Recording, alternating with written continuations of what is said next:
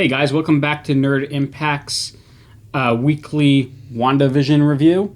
Today we're going to cover episodes 3 and 4 because we missed last week. And it's kind of a happy accident because they tied together kind of good. So last week, the episode that we got was our first episode of WandaVision to be fully in color. And it was based around the Brady Bunch, right? I believe so, yeah. The house looked just like the Brady Bunch. Yeah, in the opening they had all those different panels, like they would the kids, except it was just WandaVision. But,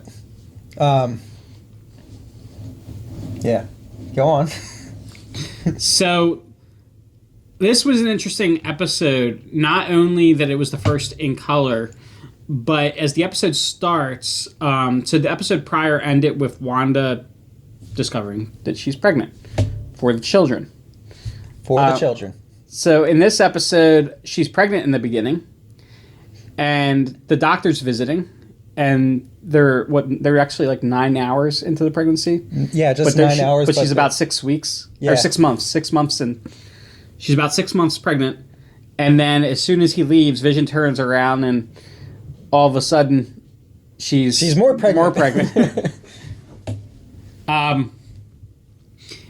And so she's pregnant, they're setting up the nursery, and her powers start to get a bit wonky. She first makes the butterflies come to life, and they're fluttering all over the place. And at one point she makes it rain. She's changing her coat into different coats, raincoat, fur coat. A lot of crazy stuff going on. Everybody's houses, though, I think everybody's losing power, though, right? Yeah, everybody's losing power because of I think it was the contractions that started it. Yeah. Yeah, she got further along than Vision had thought she would. He was estimating how long it would take for her to have the kids based on her progress so far, and estimated to be that Friday coming up. But apparently he didn't take into account that, those things are kind of unpredictable. You don't know when the baby's going to come. It's just around the date. Well, no, he assumed that the intervals between markers would be consistent. Yeah. And life doesn't work that way. Nope. So yeah, some other funny moments. Vision. So the doctor explains, like, in terms of fruit, like the size of the baby up to honeydew. Yeah. and then Vision's like, I'm gonna be a proud papaya. That was a good one. But there's a few more important things that happen in this episode where we start to see kind of more of what's going on. Yeah, like more reality bleeding in. Yeah. And, well, before we get to that, so she end up having twins, Billy and Tommy, which is taken directly from the comics. But Wiccan and Speed. And in the meantime, her friend, or she thinks her friend, Geraldine, is there. And because Vision is out trying to fetch the doctor, Geraldine is helping to deliver these kids. But Geraldine, do we want to go into this right now? Yeah. Geraldine recognizes the lullaby that Wanda is humming or singing to her children. And it's Sokovian. In Sokovian, and she reminisces about or mentions her brother dying at the hands of Ultron. Well, Wanda first mentions that she had a brother. Yes. And then Geraldine says he was killed by Ultron, wasn't he? Yeah. Kind of like it's coming back to her. I think she did, to some degree, lose her memory when she was initially brought into the town. It seems that way. Although it seems like the other people in the town, they might know what's going on, too. Like they're there on purpose. Whereas Gerald... Well, no, not there on purpose. Just like they have a level of awareness. Like Agnes and Herb. seem to have a level of awareness. But we'll get back into that in a little bit. But continue, Nick, about the Geraldine. Yeah, so when Geraldine mentions that, Wanda realizes that she's not a part of this reality, which we think she's created. Mm-hmm. And at that point, she feels threatened. And Geraldine's just, she's saying she wants to help. But then it turns away to Vision again, who is outside talking to Agnes and Herb. My bad. And they're acting fishy. Mm-hmm. And Agnes is like, is Geraldine in there? Mm-hmm. Like, there's something off with her. Yeah, she has no kids. She has no husband. She has no home. And then, so Vision goes back inside and Geraldine is gone. Mm-hmm. So before we get into where that leads into the next episode, so we're like jumping forward in time, which to me means the next time we jump forward in time, we're going to see the kids older. I didn't think about that. I think we will. Because we know from the trailers that at some point there's a bunch of kids on the street during Halloween. And up until this point, we haven't seen any children. So my guess would be that when we see children, it's going to be because they're around the same age. That's a good speculation. And I should be in the 80s at that point, I would imagine.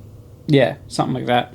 But, so what we gathered from this episode is, first of all, you forgot we saw that Geraldine had the sword logo. Yeah, on her necklace. On her necklace. Yeah, so confirmed. She's a sword member.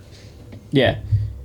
And there was also a little glitch in this episode where Vision started to realize, he was reminiscing on all the weird things that have happened. He was like, Wanda, I think something might be wrong here. And then she rewound time again. But this time it was creepier because it wasn't an actual rewind. It was a blip. Yeah. But that kind of leads us into the next episode, which was just incredible when it picked up. The episode just opens with everybody that was snapped in Infinity War starting to come back. So they're in a hospital, and Monica Rambeau, who we now know is who Geraldine... Well, we've known that. Yeah. Because that was kind of released before the series aired. But Geraldine is Monica Rambeau, the daughter of Maria Rambeau. Yes. Also known by her call sign Photon, who in the comics, Geraldine or Monica Rambeau is Photon, or also the second Captain Marvel, who later goes by Photon, or second Miss Marvel, or whatever you want to say. But so she eventually becomes Photon. But anyway, her mom had cancer and then got treatment, was in remission. And Geraldine was there with her, blipped out. Apparently, at some point, the cancer came back. Her mom died. So when she comes back, she doesn't know any of this. She doesn't know how much time has passed. The doctor finds her, tells her. And then we find out that Maria was actually one of the founders of S.W.O.R.D. Yeah, and Monica was apparently an agent before the whole blip happened. She goes back and she tries to use her key card to get into the office, in which case the new director? Yeah. The new director recognizes her and says, hey, she belongs here. We're going to fix that key card of yours. Mm. But he sends her to investigate what's happening in this town of Westview. And she partners up with Agent Wu. Mm-hmm. She meets up with Wu, and there's a couple of police officers there, and they are saying that this Westview doesn't even exist. But then they say, "Where are you from?" And they're like, "Eastview." Yeah. But so the cool thing about this episode is this whole episode takes place outside of the bubble. And then they bring in all these different specialists and all these different fields to Sword on site outside of Westview, which includes Kat Dennings' character from Thor. Drawing a blank on her name.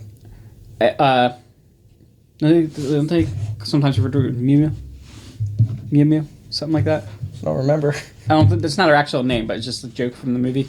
But anyway, Kat Dennings' character is brought in as an expert, and she's the one that discovers that the background radiation is like there's like this frequency, this television frequency.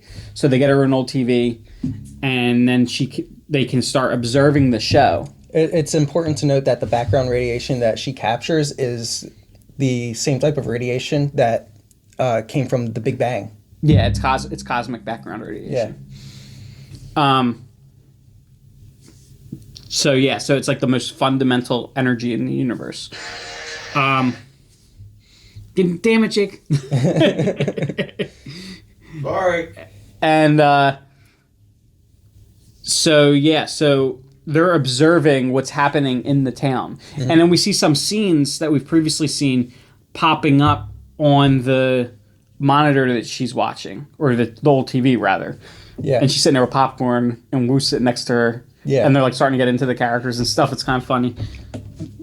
Did you notice on the whiteboard, they had like all these questions up. They had like what we know, what we don't know, and some other things. And there was actually a mention of scrolls on there. And another question, which I've been asking, is the purpose of the hexagon that we keep seeing in the show.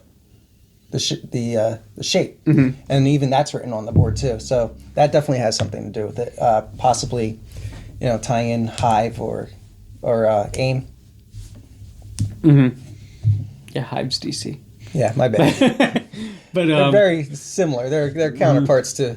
Yeah, but and then Nick, you did some research, didn't you, on some of the names? So they were uncovering some of the background of some of the people that lived in Westview, or that were pulled into Westview. We don't know if they all came from Westview, but who they were before. So you want to run down some of that? I don't think there was any notable people in there, except I think the names were actually from people that actually written the show WandaVision. No, there was some. So Dottie's husband, his name was Phil something. The name of the actual person from Westview is the name of the husband of a character in the comics, I believe, that's called Moonglow. I did not know that. There is another name that I believe is on the credits of the show when it ends on the TV. Okay. Brian something. He was in Spider-Man. And possibly didn't blip.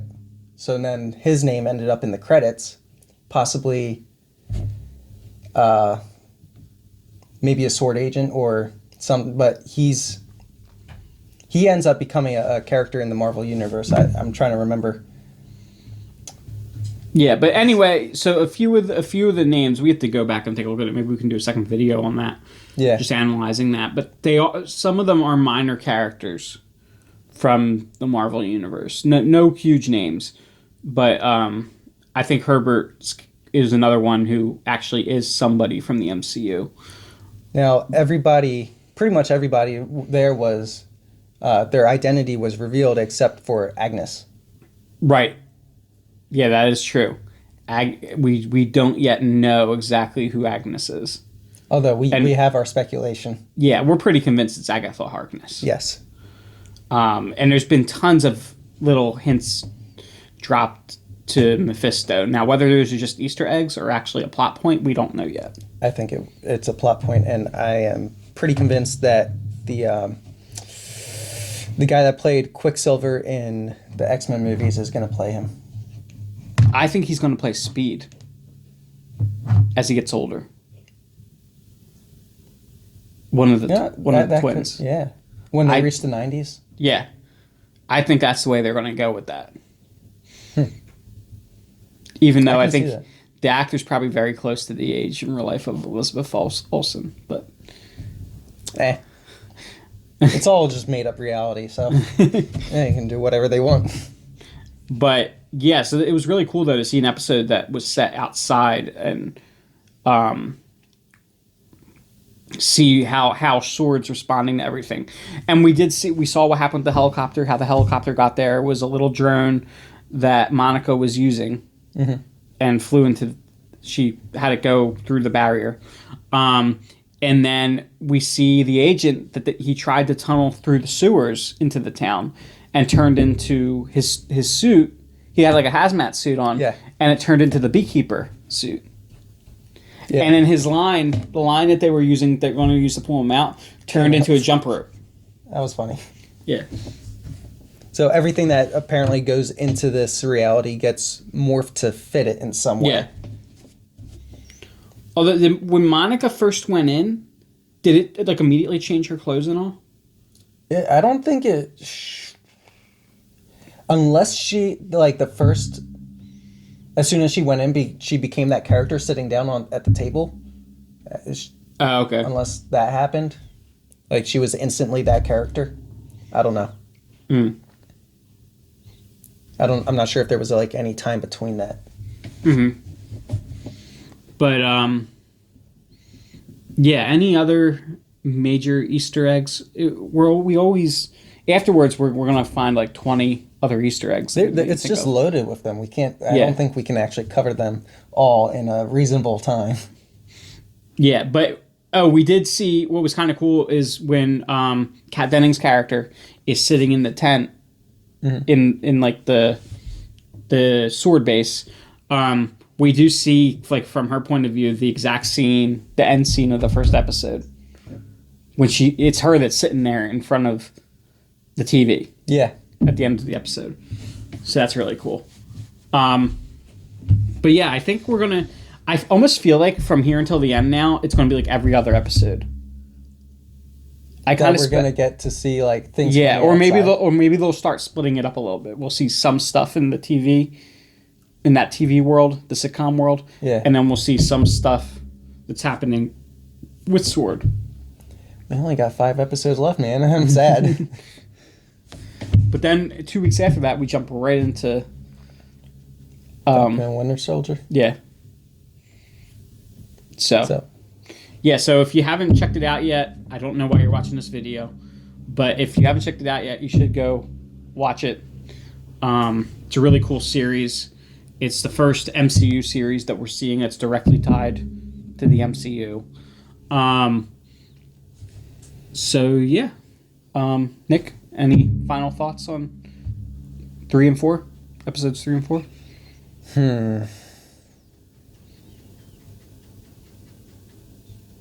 Ooh, we did see a glimpse of Vision with that was weird out of his head. Yeah, when he was dead. So the question is he alive? Or is she animating Vision's body somehow? Because remember, her powers do come from that stone, don't they? The Mind Stone. I forget. I believe they do. I believe it was experimentation on the same stone that gave her powers. Because that's why she can like interact with it. So maybe she could recreate one.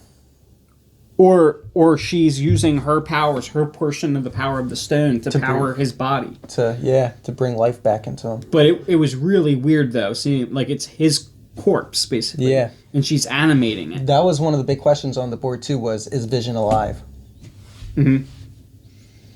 So the answer is probably like yes and no. He's kind of like he's kind of undead. Yeah. He's a zombie robot. All right, I think that does it. Don't forget to like, comment, and subscribe. And follow us and like, comment, and subscribe on Facebook as well. And until next time, stay nerdy.